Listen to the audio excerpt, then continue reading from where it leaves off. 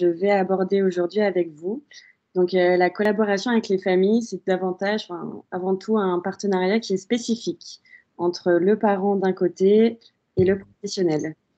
Nous allons aborder également toute la question des premières rencontres avec les familles, la façon d'établir un lien de confiance, l'identification des besoins, comment est-ce qu'on met en place un objectif de stratégie éducative avec les familles, le suivi de ces objectifs et quelle posture et écoute nous pouvons adopter dans ce type de rencontre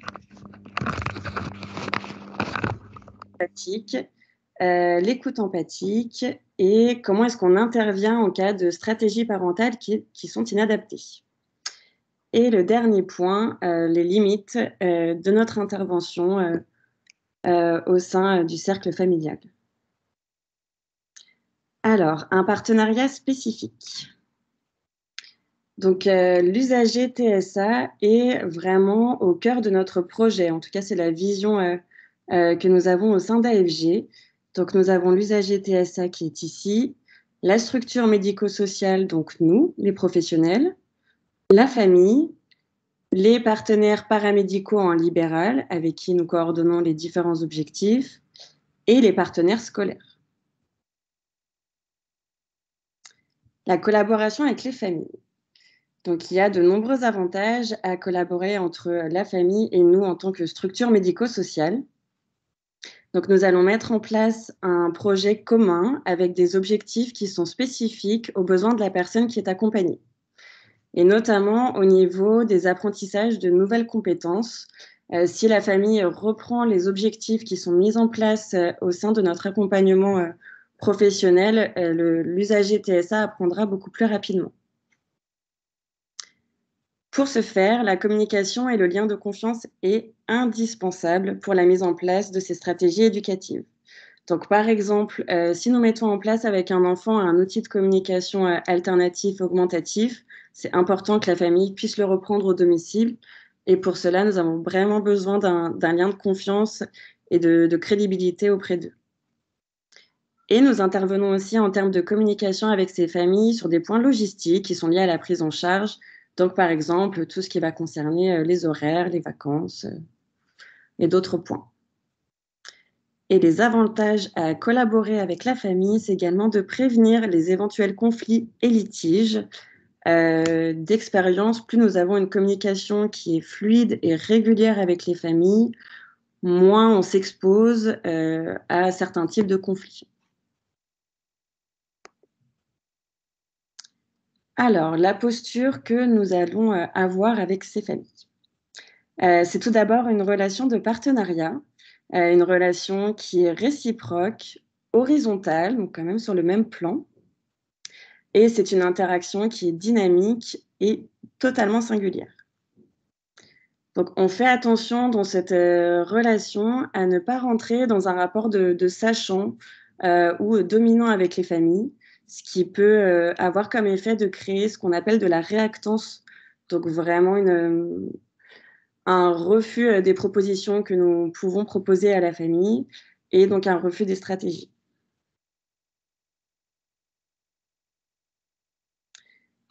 Nous sommes donc inscrits dans une dynamique de coopération. Donc, c'est un partenariat entre deux entités qui est là pour couvrir l'ensemble des besoins de l'usager.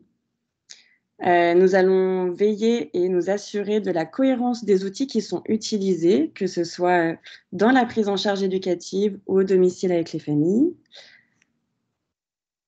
Et veiller vraiment à une mise en commun des objectifs de la prise en charge. Donc, je reprends également ici l'exemple de l'outil de communication alternatif augmentatif. C'est très bien que nous puissions, nous, le mettre en place au niveau médico-social et dans nos prises en charge, mais c'est d'autant plus important que les familles puissent le reprendre au domicile pour que l'enfant puisse généraliser la compétence de communication.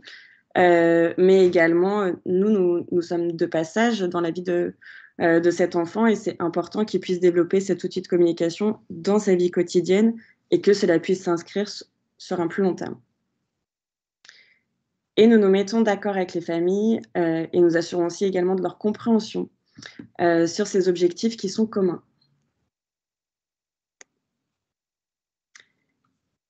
Le parent. Alors, nous avons une différence, de point de vue entre, les professionnels et le parent, ce qui est tout à fait normal. Le parent, nous allons le considérer comme l'expert du fonctionnement de son enfant. Le parent connaît les préférences de l'enfant, ses aversions, ses habitudes, son quotidien et cette perception est influencée par le vécu, du parent avec son enfant, la relation affective qu'il développe et qu'il a développée, la subjectivité, bien entendu, et la connaissance qui est parfois plus ou moins éclairée des TSA. Le positionnement des parents peut parfois nous amener à certaines difficultés. Notamment, on peut constater que ça peut être difficile parfois pour eux de reconnaître ce qui est de l'ordre du normal ou du pathologique.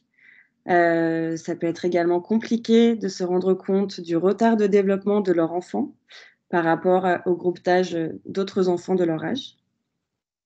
Se rendre compte de l'aide apportée, qu'ils peuvent mettre en place au quotidien de façon plus ou moins intuitive. Ils peuvent, aider leur enfant, et non pas l'accompagner, vers l'autonomie.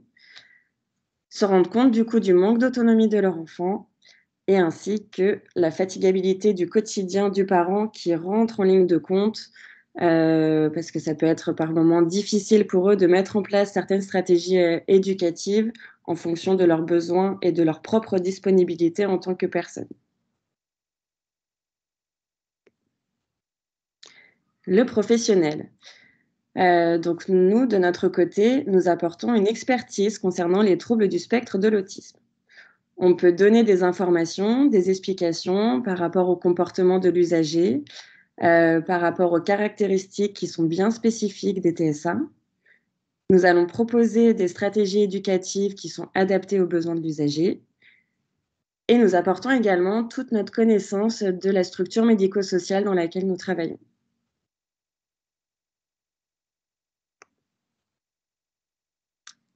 Les premières rencontres. Donc nous avons 4 axes d'intervention, auprès des familles qui sont bien spécifiques. Nous allons les accompagner, les guider vers une meilleure compréhension du fonctionnement de leur enfant, les aider à mettre en place certaines techniques et certaines procédures. Pour ce faire, nous allons beaucoup valoriser et renforcer les compétences éducatives parentales et favoriser des espaces de parole pour les familles qui en expriment le besoin.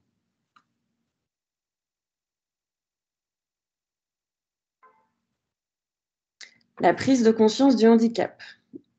La rencontre entre les professionnels et les parents s'inscrit dans un cheminement qui fait suite à l'annonce du diagnostic de l'usager. Donc on va distinguer 2 cas de figure. Pour les professionnels qui travaillent avec, plutôt dans le diagnostic précoce ou en tout cas la prise en charge précoce, avec des enfants qui, par exemple, ont moins de 5 ans ou moins de 10 ans. Le diagnostic est encore récent pour les parents. Ils peuvent être dans un choc lié encore à cette annonce. Ils sont dans un processus, psychologique du deuil de ce qu'on appelle de l'enfant normal ou en tout cas de l'enfant idéalisé. À l'inverse, on peut aussi constater que certaines familles ou alors juste après cette phase de deuil de l'enfant, certaines familles peuvent être très, très motivées à mettre en place ces stratégies éducatives que nous préconisons. Nous pouvons aussi nous inscrire dans un parcours qui est la première prise en charge de l'enfant. Ce sont des familles qui peuvent être très coopérantes, vraiment chercher à mettre en place, ce que nous allons préconiser de la façon dont nous le définissons et pour certaines, on peut constater qu'elles se forment, qu'elles suivent des formations concernant les prises en charge TSA. Donc tout ce qui va concerner les formations les formations de sensibilisation à l'autisme, les formations ABA, les formations Teach. Et c'est très important dans ce moment, qui est cette première prise en charge où les parents est très fragilisés, de faire attention aux mots que nous allons employer. Nous allons vraiment les choisir de façon individualisée en fonction du degré d'acceptation du handicap des parents, de leur connaissance des TSA et de leur vécu actuel. Pour les adolescents, donc là, je m'adresse plutôt aux professionnels qui travaillent en IME, par exemple. Les parents, eux, ont une connaissance des structures médico-sociales ou de la prise en charge de leur enfant depuis plusieurs années. Donc ce sont des familles qui peuvent, pour certaines, être un peu lassées, des stratégies que nous allons proposer. Ils peuvent avoir, un conditionnement qui est plus ou moins positif ou négatif avec les structures de prise en charge en fonction de leur expérience précédente par le passé.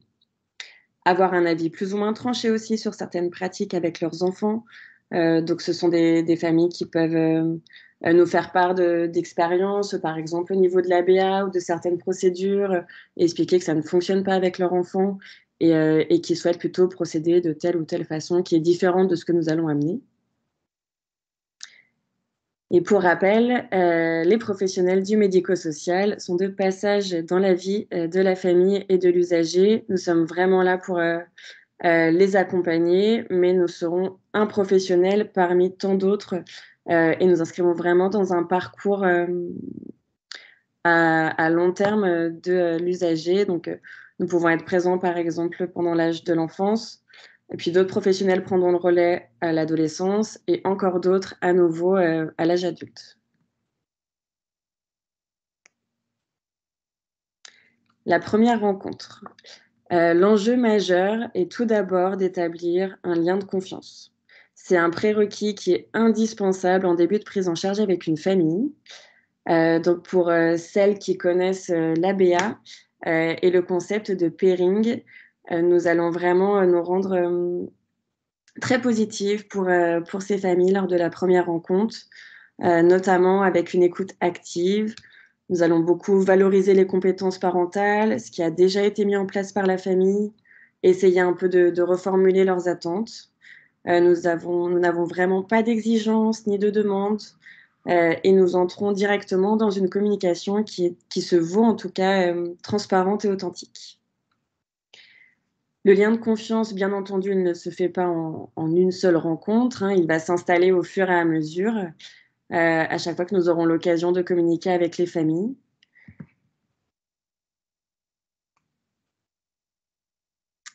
Et plus les recommandations, guidances du professionnel, vont aider l'enfant et aider, également à améliorer le bien-être des parents et de la vie de famille, plus le lien de confiance va se renforcer.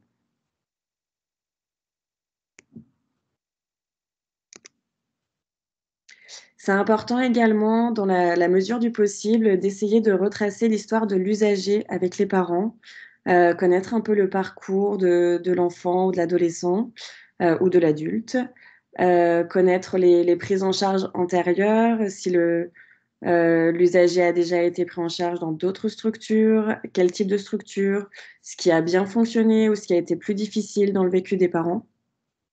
Ça permet, à l'équipe de donner des informations sur le fonctionnement de notre propre structure, médico-sociale et sur les prises en charge que nous pouvons proposer. Nous allons également recueillir les souhaits, les attentes des familles, qu'elles soient, réalisables ou non. Nous sommes dans une démarche d'écoute active et nous pouvons noter tout ce que le parent, rêve ou souhaite pour, la vie de son enfant. En tout début de prise en charge, généralement, la psychologue, réalise une évaluation objective, et fait une restitution, par la suite à la famille. Donc ça peut être l'occasion aussi, pendant cette première rencontre, de discuter un petit peu des observations, qui ont été faites sur les premières semaines de prise en charge, et de restituer quelques objectifs qui semblent prioritaires pour l'équipe. Et à l'issue de cette rencontre, essayer d'organiser, planifier, des rencontres futures, qui peuvent prendre diverses formes, donc des rendez-vous parents, des guidances parentales ou la présentation, du PAI.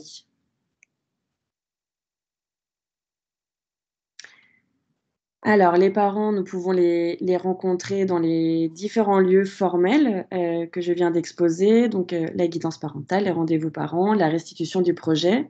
Mais c'est très important également de ne pas sous-estimer les lieux de rencontre que l'on appelle informels. Donc par exemple, le fait de croiser le parent qui vient chercher son enfant, à la fin de sa prise en charge en structure, tous les échanges du quotidien qu'il peut y avoir entre l'éducateur ou l'éducatrice et le parent, les points logistiques qu'il peut y avoir avec l'équipe, qui peuvent se faire également par téléphone. Tous ces moments de rencontre et de communication sont tout aussi importants dans le lien avec la famille et c'est vraiment l'occasion de profiter, de ces moments-là pour s'inscrire dans une relation la plus chaleureuse possible avec eux. Avec les familles, nous allons bien entendu prioriser les objectifs de prise en charge. Il peut arriver que les familles aient envie de travailler beaucoup de choses en même temps. Donc, par exemple, nous faire part de leur désir que leur enfant acquiert la propreté, mais également qu'il puisse communiquer et qu'il acquiert également des capacités, d'autonomie, de l'ordre de l'habillage, la régulation du comportement. Donc ce sont bien entendu les objectifs que nous allons travailler au sein de nos prises en charge, mais c'est très important de débuter la coopération avec le parent, avec, un objectif qui est facilement atteignable, accessible et approprié au contexte familial ainsi qu'à la disponibilité des parents. Par exemple, pour l'acquisition de la propreté, c'est une procédure qui est assez coûteuse car elle nécessite d'emmener l'enfant toutes les 30 minutes aux toilettes. C'est une procédure qui est déjà assez énergivore, au niveau de l'équipe, mais au niveau d'un parent, c'est, également à prendre en compte. Donc, généralement, on propose ce type de procédure pendant des vacances. Alors, le choix d'un objectif facilement atteignable, accessible et approprié, permet surtout de valoriser très rapidement les compétences parentales, car le parent verra que cet objectif est atteignable et qu'il est en capacité de le mettre en place.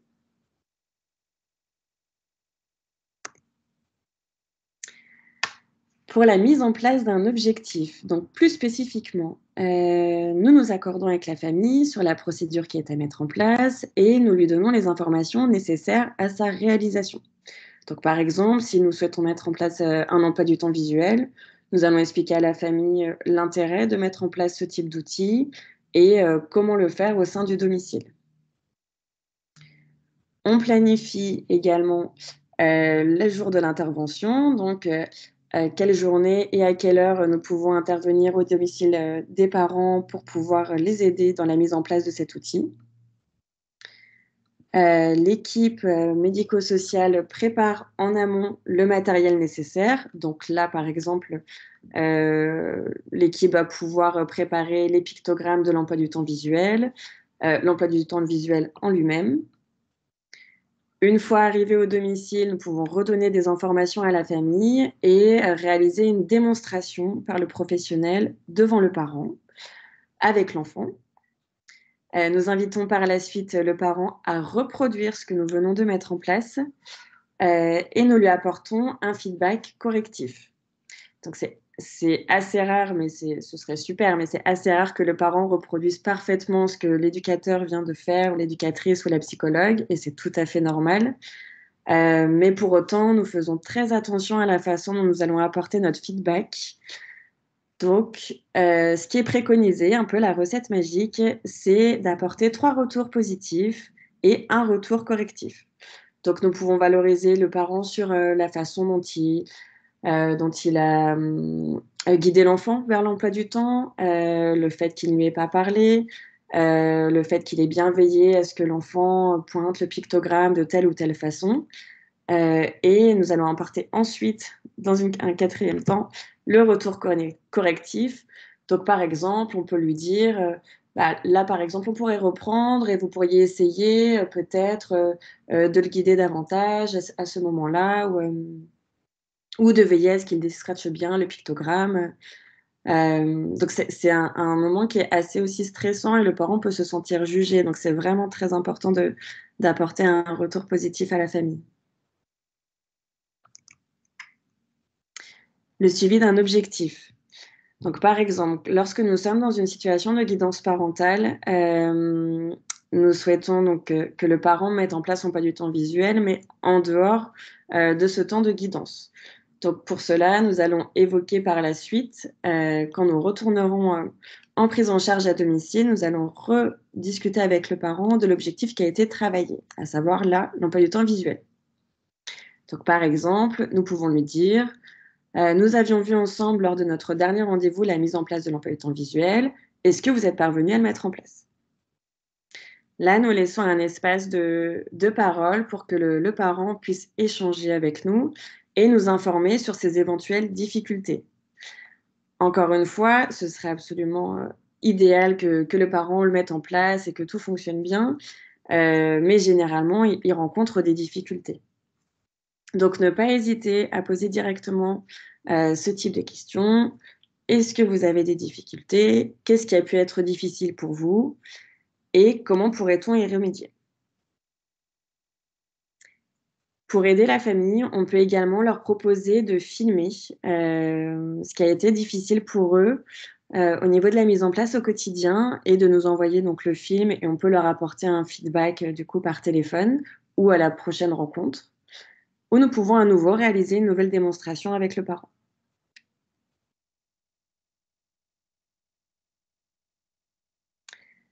La posture et l'écoute. Lorsque nous sommes face à une famille, nous adoptons pardon, une posture, qui est bien particulière, qui est la posture empathique.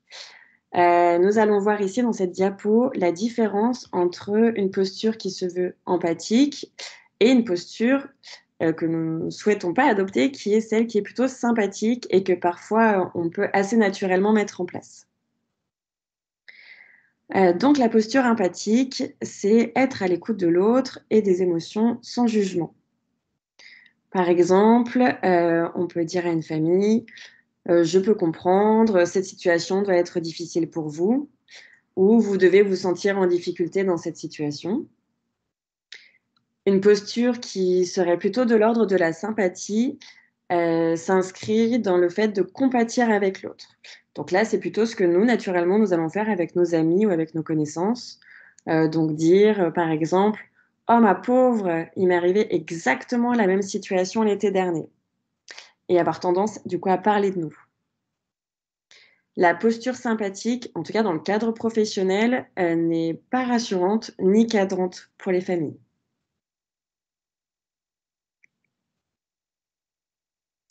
Pour cela, nous allons développer, une écoute empathique. C'est une diapo qui est vraiment très importante. C'est celle qui peut nous aider, à nous sortir de pas mal de situations avec les familles, tout en les aidant à se sentir compris, entendus et non jugés. Donc c'est la technique que nous appelons celle des 4 R, qui est une technique TCC. Donc il s'agit de reformuler, à l'issue de propos de si le parent nous expose une situation, qui est, difficile, on a besoin en tout cas de faire de l'écoute empathique avec eux. On peut reformuler ou bien faire un reflet ou recontextualiser ou renforcer. Par exemple, un parent nous dit: «Barnabé ne dort plus la nuit, je n'en peux plus». Dans la technique des 4 R, ce que nous pouvons faire, nous pouvons soit reformuler: «Votre enfant ne dort pas la nuit et vous vous sentez épuisé. Est-ce que c'est bien ça?» Et là, nous essayons de nous assurer que le parent se sente bien compris et surtout que nous avons bien nous-mêmes compris la situation. Faire un reflet, juste, donc c'est répéter, exactement ce que le parent vient de nous dire. Vous me dites que Barnabé ne dort plus la nuit et vous n'en pouvez plus.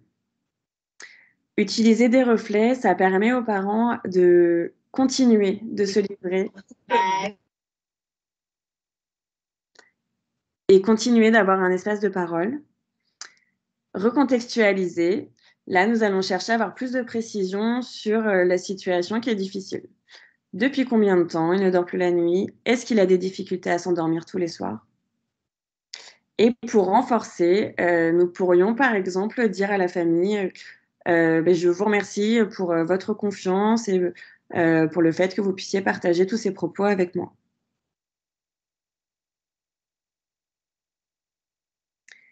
Par moment, quand nous intervenons au sein du domicile ou quand nous écoutons certains parents, nous pouvons nous rendre compte qu'ils utilisent des stratégies éducatives qui sont inadaptées. Donc certaines familles vont mettre en place des stratégies, face à leurs enfants et face au fonctionnement de leur enfant, comme par exemple leur crier dessus. Donc ça, c'est j'imagine la stratégie qu'on peut retrouver le plus souvent. Dans ce type de cas de figure, nous essayons d'adopter une posture de non-jugement et d'écoute afin de déculpabiliser le parent. Nous pouvons imaginer aussi que s'ils mettent, ce type de stratégie en place, ce n'est pas foncièrement leur souhait, c'est aussi une réaction, émotionnelle, face au comportement, des enfants TSA qui peuvent être parfois, très compliqués et le parent peut se sentir vraiment débordé. Donc c'est important de leur offrir cet espace d'écoute et de non-jugement. Pour autant, nous allons quand même veiller au bien-être de l'enfant et également de la famille et les aider en mettant en place ce qu'on appelle un plan de soutien et informer la famille sur de possibles stratégies éducatives positives. Là, par exemple, sur le fait de crier sur son enfant, voir avec, la famille, s'ils peuvent, enfin ou avec le parent, s'il peut sortir ou s'éloigner un petit peu de l'enfant, rester silencieux, leur expliquer pourquoi le fait de rester silencieux, peut, aider l'enfant en tout cas à mieux réguler ses troubles du comportement. Donc c'est ce qu'on toutes les stratégies d'extinction notamment. Voir avec la famille également comment est-ce qu'elle peut, ou avec le parent, comment est-ce qu'ils peuvent mieux gérer leur anxiété ou gérer leur colère dans ce type de moment ou de situation. Et nous informons bien évidemment la famille sur la fonction, de leur comportement et les conséquences, que cela peut avoir sur le comportement de leur enfant. Donc là, en l'occurrence, par exemple, crier sur un enfant, TSA, cela peut, augmenter, ses troubles du comportement. Cela peut également les renforcer et cela peut le saturer sur le plan au niveau du plan sensoriel.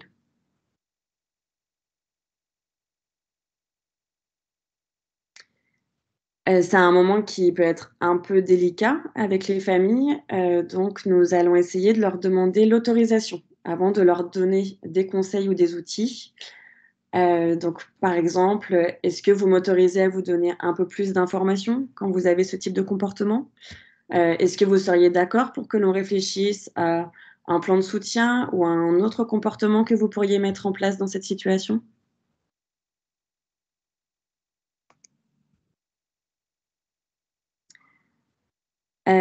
Au niveau de notre intervention avec les parents, nous allons, avoir des limites, en tant que professionnels de terrain. Et c'est important dans ces moments-là de pouvoir trouver, un relais auprès d'autres professionnels. Donc là, je fais écho à des situations, auxquelles on est peut-être assez régulièrement confrontés, notamment de dépression de la part d'un des 2 parents, ou d'un besoin de soutien, un peu plus important, des situations par moments de maltraitance ou bien de négligence. C'est important, bien entendu dans ce type de contexte, d'en référer aux différents professionnels de la structure médico-sociale, donc notamment, à nos directeurs, directrices, aux chefs de service, à d'autres psychologues également de la structure, pour mettre en place des relais possibles. Donc par exemple, en cas de dépression parentale, nous allons inviter le parent à consulter un ou une psychologue, un psychiatre. Potentiellement, si le parent a besoin de soutien, peut-être à participer à un groupe de parole ou à des cafés parents. En cas de maltraitance, négligence ou en tout cas difficulté au niveau du contexte social, nous pouvons nous tourner vers, une assistante sociale et également, relayer, et faire le lien entre l'assistante sociale et la famille. Et dans des cas bien spécifiques, de maltraitance, nous pouvons être amenés à effectuer des informations préoccupantes, ou bien des signalements. Donc, cette, démarche-là s'inscrit encore une fois, dans une réflexion qui est collective au sein de l'équipe, en y associant la directrice ou le directeur, le ou la chef de service, la psychologue et l'éducateur ou l'éducatrice.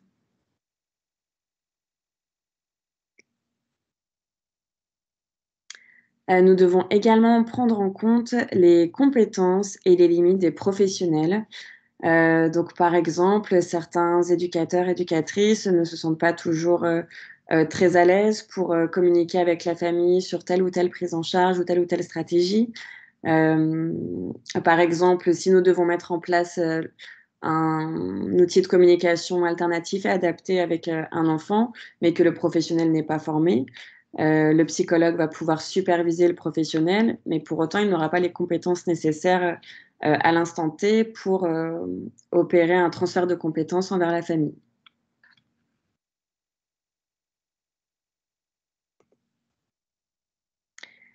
C'est important également de prendre en compte la fatigabilité du quotidien, de ses parents. Nous pouvons imaginer, surtout dans un contexte, de fratrie que, un parent, tout d'abord est un être humain, donc peut être fatigué par sa journée de travail ou d'autres éléments extérieurs, peut être fatigué émotionnellement.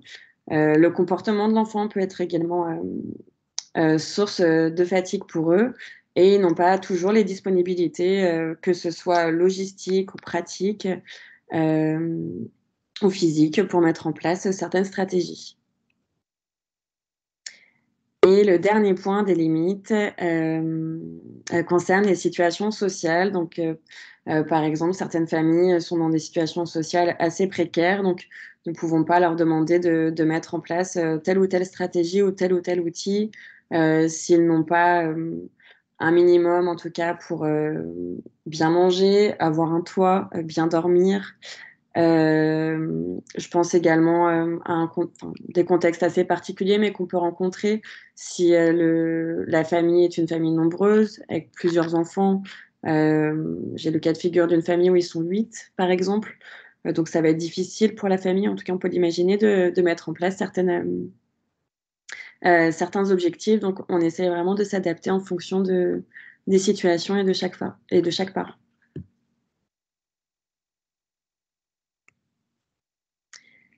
Et en conclusion, la collaboration avec les familles, c'est un défi et un challenge, un peu de tous les instants et de tous les moments dans la rencontre que nous allons avoir avec eux, et dans la prise en charge, de leurs enfants. Pour autant, c'est vraiment, une condition qui est nécessaire pour permettre à l'usager d'acquérir de nouvelles compétences et de les généraliser. Donc c'est un chouette défi, qui est très positif, dans le lien que nous allons avoir avec la famille, mais également, et surtout pour l'usager.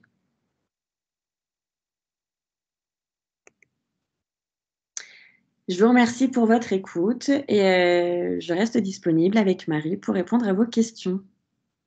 Merci Clémence, pour, cet exposé très clair, je trouve, voilà, qui remet bien, au centre en tout cas de cette discussion, effectivement l'importance, de la collaboration avec les familles, depuis sa construction jusqu'à son maintien quelque part et jusqu'à sa conclusion. C'est comme tu le dis, on est de passage, hein, dans la vie des familles et des personnes qu'on accompagne.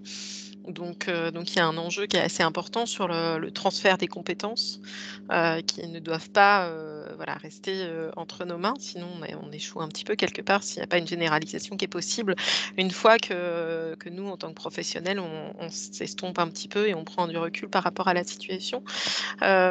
Donc effectivement, là, je trouve que c'est intéressant de repartir vraiment des prérequis et de l'alliance. Quelque part, on pourrait parler d'alliance thérapeutique, mais ce sera, toutes les techniques, que tu as exposées, ne seront possibles et en tout cas, efficaces que si on a établi une bonne relation avec les familles. Hem Ce qui va permettre leur permettre de s'approprier un certain nombre de compétences et de pouvoir être, plus aidants, auprès de leur enfant et ça fait partie des grandes avancées, en tout cas des grandes missions, développées par la dernière stratégie, nationale notamment, hein, de permettre la montée en compétences de ce qu'on appelle les aidants familiaux et donc notamment les familles. Après effectivement, ne soyons pas, trop idéalistes. Parfois il y a des limites, il y a des leviers, qu'on peut actionner et d'autres qui sont plus difficiles voilà, certaines limites qui sont plus difficiles à dépasser. Je crois que c'est important de les avoir en tête et de garder une certaine humilité dans nos approches et dans ce qu'on peut faire.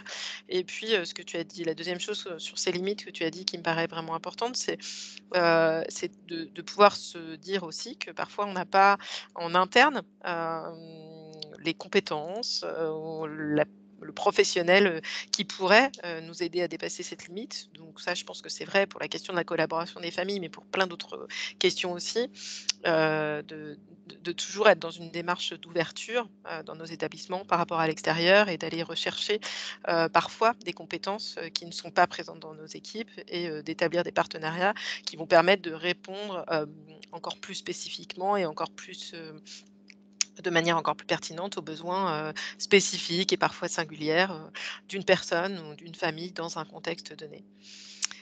Voilà, merci. Est-ce que vous avez des réactions? Est-ce qu'il y a des questions? Tu as abordé certains points spécifiques ou certains points qui questionnent parfois aussi beaucoup, dans les équipes, notamment la question des informations préoccupantes, voilà, qui est je trouve une question qui revient parfois, et qui est pas simple à trancher. Donc il y a des choses qui font appel aussi à notre positionnement, à notre éthique, notre déontologie. Donc c'est voilà, en tout cas toute une thématique, qui est assez questionnante, mais qui nous permet d'aller plus loin, de dépasser parfois ces questionnements et d'acquérir de nouvelles compétences, nous aussi, en tant que professionnels.